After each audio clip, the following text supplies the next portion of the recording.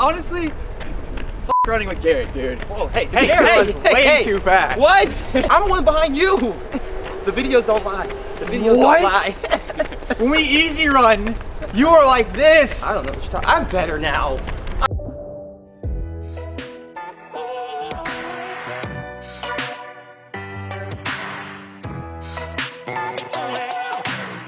Alright guys, real quick before we get into this video, I just want to show my appreciation to you guys for coming out in floods here on YouTube. It's been awesome this summer to see the subscriber number go up, to see you guys' comments, to see you guys' likes. It's been a lot of fun to show you guys what's life like as a middle distance professional athlete. And I want to give back to you guys. So I'm going to be picking one of you guys to win a pair of Dragonflies. I can sign these, wear them in a workout. We can talk about whatever you guys want from these. And if you get picked as a winner, there's only two things you gotta do. Subscribe to the channel, so hit the little SUSCRIBE, did it. And comment below who your favorite track and field athlete is. There might be a bonus if you pick me. No, I'm just kidding. I will randomize everybody who comments their favorite track and field athlete. And if we had 20 subscribers, 20,000 subscribers, I'll get these out the door to one lucky person who comments below. So make sure you guys are subscribed to get to 20K. Comment below your favorite track and field athlete, and I'll get these to one lucky person. So without further ado, let's get into the Q&A. We're here at the bike path here in Northeast Ohio, outside of Hudson, Ohio, running along 303 on the bike and hike. If you guys are local here to Northeast Ohio, you know where we're at. We have a fun one today. Gonna do a little Q&A. Garrett here and Jackson have been prepping some questions for me. We're gonna do an easy run Q&A. You guys asked some questions on Instagram as well, so we answer some of those. But it should be a fun little second half to this run. Alex was late as always. This is ridiculous. It's getting out of hand here. So Garrett and I already did 4 miles, finishing up 4 miles here, and we're gonna do some Q&A and then let's get into it. Dude, you gotta work on something here. I love it. This is gonna be rough. All right. Why would I answer this? Why would I waste time? We're wasting time on here. How much money do you spend a year on running apparel and shoes? Running apparel and shoes for me are included in my contract. So part of your contract as a professional athlete, you're outfitted in the apparel brand that sponsors you, mine being the Swoosh, the best brand there is, Nike. So all of my trainer shoes, socks, a lot of recovery equipment that Nike makes, anything accessory-wise, training-wise is covered and taken care of within my contract. So shout out you guys there. Nike Sports Marketing, you guys are the best. Do you do distance work? Do I do distance work? Yeah, I am probably more on the mile side of the spectrum than the 400 side of the spectrum for 800 training. So for me, still a lot of tempos, a lot of 400 repeats, 800 repeats, thousands. You guys have seen them all here on the channel. If you haven't, go check out some of the 4 miles and the tempo runs I've done on here. Some long runs. One of my first ever ones was a long run. Go check it out. Have you considered joining any other team? So for me, I was the one that worked on project in end of 2017 through the end of 2019. Great experience. Absolutely love being part of the team. I'm training with those guys. And for me though, I really enjoy training here in Northeast Ohio and what I got going on here with my team here. Between my coach and my PT, my strength and conditioning, everything's working really well here. So I don't really have any desires or needs to go anywhere else but stay here and train with the best. So, okay, go ahead. So when you're doing long runs, what's the longest you've ever run? Longest I've ever run is 17. That was just because I wanted to run 17. Yes. I'd say 12 is really like as far as I go if I'm like truly training, doing a long run during training season. Like 12 is really as far as I need to go. So 10 to 12 is my sweet spot. All right. So you obviously love candy. What's your favorite thing to eat outside of a healthy diet? Oof. Started off today with 2 donuts from George's Donuts today. Fresh off the bakery, whatever you want to call it. Fresh out the oven. Yeah, I'm feeling those right now, I'm not gonna lie. But I really enjoy my sweets. I'm an Oreos guy through and through. I've become addicted to Oreos Thins double stuffed for whatever reason. Got stuck on those. Candy wise, Mike and Ike's, Milk Duds, Gummy Bears.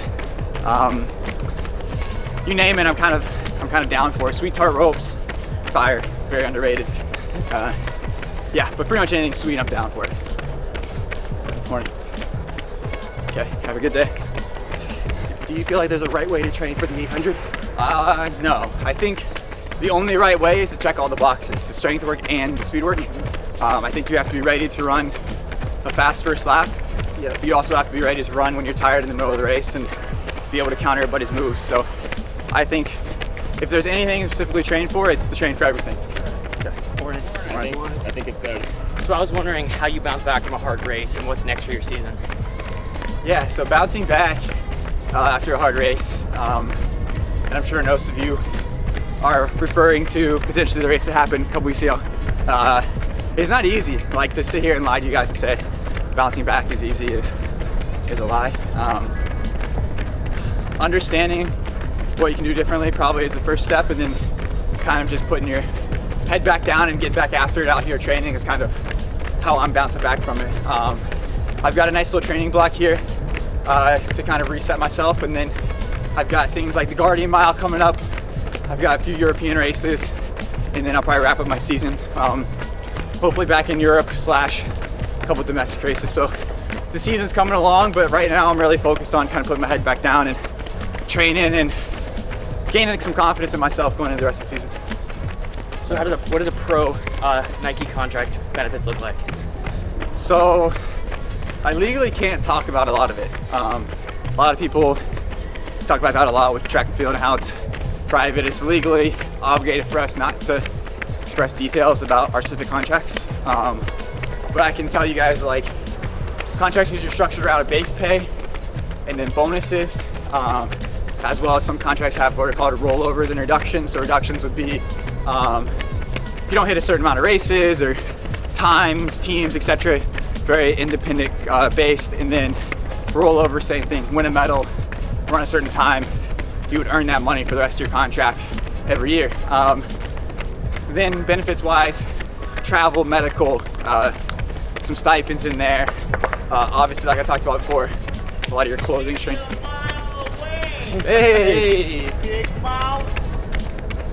What?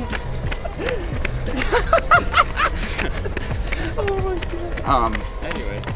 Okay. I'm lost. I'm lost. Like I was talking about earlier, with training equipment, apparel, etc., you really are taken care of there in a sense. So, yeah, it really based on a pretty simple form contract, but obviously a lot of it is private, just based on what we sign as athletes. We're limited on what we can say. I heard you from a mile away. How did you fall in love with track? Track for me started when I was super young. I ran some like field days, Hershey Track and Fields, USATF junior type stuff, just for fun. No training, literally show up to race. Enjoyed it. Junior high started with just having fun in the fall, and like a couple of buddies had older brothers who did it, and they were like, yeah, it's really fun. Like, they don't really, you know, it's not a whole lot of like organized sport. It's a lot of fun. Yeah. So we did it for fun, and then I realized the competitiveness of it is like something I just fell in love with. Like, there's a team aspect to it when you're young in high school and college, but there's also a huge individual piece, and there's no relying on someone to pass you the ball. There's no relying on, you know, making a shot. It's how fast you can run for how long. And for me, it's like that individuality and the pressure on myself really allowed me to kind of fall in love with that individual piece of it. Yeah. Nice. So you're a few years into your career. What do you think are some tips and key tricks to longevity in the sport? I think longevity and progression go hand in hand, in my opinion. The longevity of training, the longevity of putting together training stints, as short as a month, as long as 2 years, 3 years, being able to put together stints without major injuries, and then obviously then the key would be not being injured. So doing a lot of little things, including recovery and eating right, sleeping right. A lot of those little things add up really fast. And then one of the things I always tell people is be very open and understanding about your body with yourself and with your coach. Speak up about little things. Don't let a little naggy, tight hamstring or calf cause, you know, a major injury in a month when you could have knocked that out in 2 days and been back on the track. So I'd say that's the biggest key, is making sure that you're being open and honest and understanding your body. What's the most mentally challenging part about being a pro athlete? It's tough. You have a lot of pressure on you from outside sources. Obviously, when you transition from high school to college, college to pro, for a lot of us, your performance on the track is how you put food on the table in like the basic sense. So there's a whole another layer and leveling to how we perform, and a lot of us don't necessarily have like a cushion. Like in a lot of professional sports, you have a cushion if you don't perform well, or you know, you got your pay reduced a little bit. Like you're still living pretty comfortably. For us, is as low as most of us are paid, there's not a lot of cushion for us when it comes to that income standard. So it's a lie to sit here and say that doesn't weigh on an athlete. You're a lot of times doing a lot of work and training by yourself, a lot of races by yourself. So there's a lot of individuality that in alone time that can go one of two ways for you, and it's tough to always make it go the right way. Okay. If you had to do the rest of your runs, including races, in one shoe, what would you choose? Vaporfly Elite Next Percent. I mean, I think I do a lot of easy runs in them, and I do a lot of workouts in them. So I think it's the safest shoe for me to be able to do everything in, being a 4-foot runner. So I'd have to say Next Percent. I think next up would probably be something along the lines of like the Streak LTs and stuff. But you would break those down so fast in a week.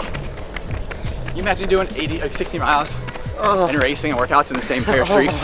Your feet would be raw about like. How do you think an 800 would go in Vaporflies? I think it actually I think I could run. Dude, there's no reason I couldn't break 48. Okay. I think I could break 148. Because I think I could easily run 55 in them. Easy. Yeah. Now it's like a matter of if I can run like, 53, 55, which I think is 100% possible. Because I've run 25, 26 in them. Yeah. And I've run 56, 55 in them. So I've run like 4 or 5 in them too. Wow. Yeah, I gotta be able to. Yeah. What is something that is overlooked when training for cross country in the summer? I'll take that 2 ways. Yeah. I think training for cross, one thing that's overlooked is your core and strengthening and the like body weight stuff. You don't need to be in the weight room for cross, but staying on top of your push-ups, your sit-ups, your pull-ups, your hurdle mobilities, everything that you would do during track season, no reason to stop doing it during cross. And I think the other thing that's like overlooked about cross is how much it can benefit you in track as in a mile 8 400 guy. I think there's a huge benefit to go in the track with a base like that. Like you don't have to go, let's say you're a 4-8 guy or a true 8 guy, you don't have to go into cross like saying, I'm gonna be a state champion, I'm gonna lead my team. Like if you can go in there with the attitude of like, this is setting myself up for track, and I'm gonna put in the work and do my best, it goes a long way when you have to step on the track in a few months. So when you're not running or racing, what are your favorite things to do? 2 things come to mind, 3 things come to mind. First off is I enjoy literally doing nothing. Binge watching TV shows, going to dinner with my wife at random places like restaurants, trying new places, going on dates, everything like that. It's like the go-to thing. I really do enjoy that because it just gets me away from everything. And then as like an individual, golfing's a big hobby of mine. So I enjoy early morning rounds, and then sports cards the other thing that I do. So both of those are like my individual hobbies, and then love doing some binge watching TV. What's your favorite show? My favorite show has to be along the lines of like Breaking Bad, like House of Cards, Designated Survivor, etc.